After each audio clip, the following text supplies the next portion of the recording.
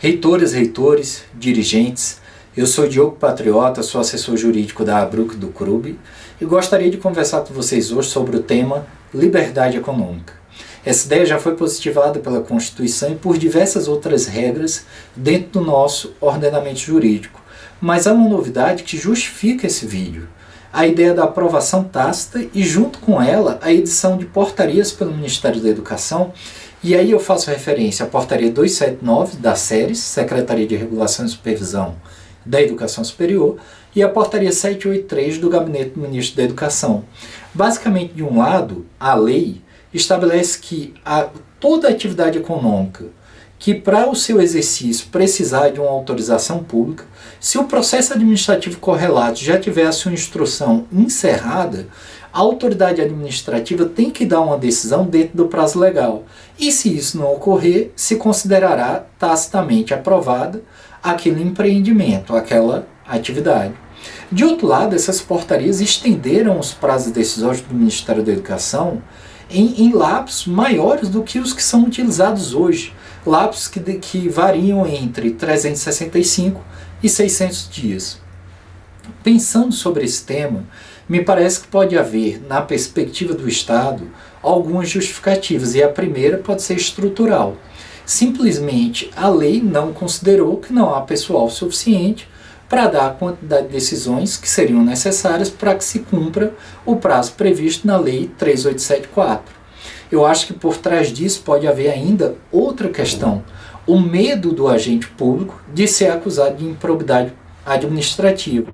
E essa é uma questão séria porque o conceito de improbidade administrativa é um conceito aberto, é um conceito que tem uma tipificação muito mais aberta do que a tipificação criminal. Por exemplo, a quebra dolosa do princípio da eficiência pode ocorrer pela falta de decisão dentro do prazo legal, o que justificaria, pelo menos numa perspectiva política, a extensão do prazo de 365 a 600 dias.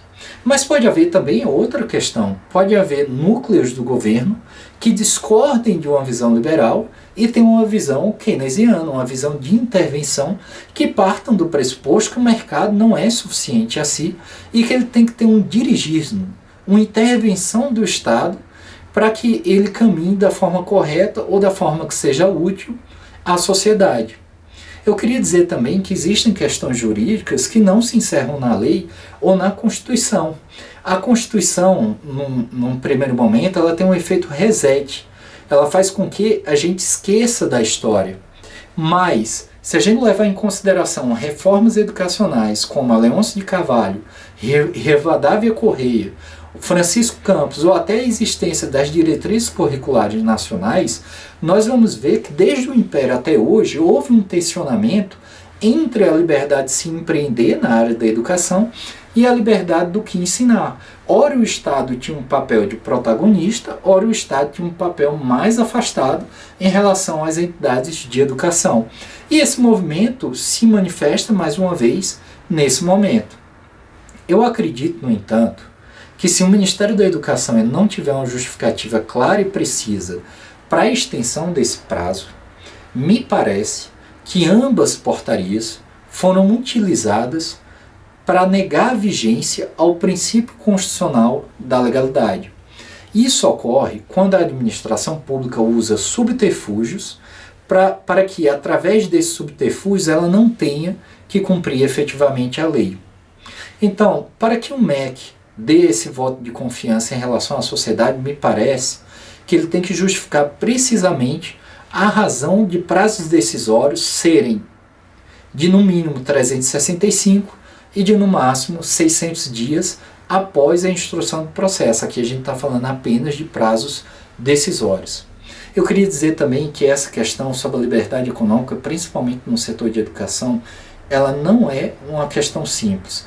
O Supremo Tribunal Federal, na ação direta de constitucionalidade 1266, julgou publicamente, de forma ostensiva, que o serviço educacional não é um serviço tipicamente público. Pelo contrário, que é um serviço impropriamente público em que atos autorizativos, permissivos ou concessivos são dispensáveis, justamente porque a Constituição autorizou o serviço de educação tanto ao poder público como à iniciativa privada, em igualdade de condições. O segundo ponto que eu queria estabelecer aqui também é que existem saídas na via administrativa e saídas judiciais. Na via administrativa, me parece que é importante entender as razões pelas quais essas portarias foram editadas, as razões fáticas que as justificam.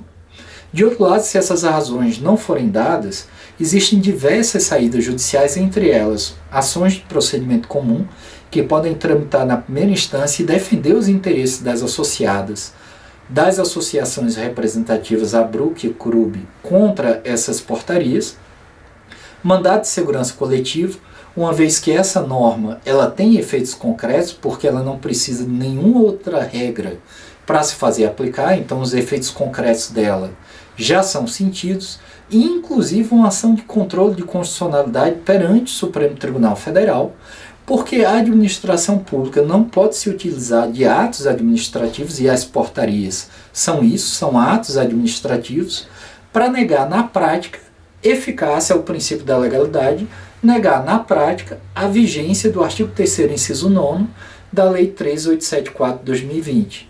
Eu espero que esses esclarecimentos sejam úteis e me coloco à disposição de vocês mais uma vez.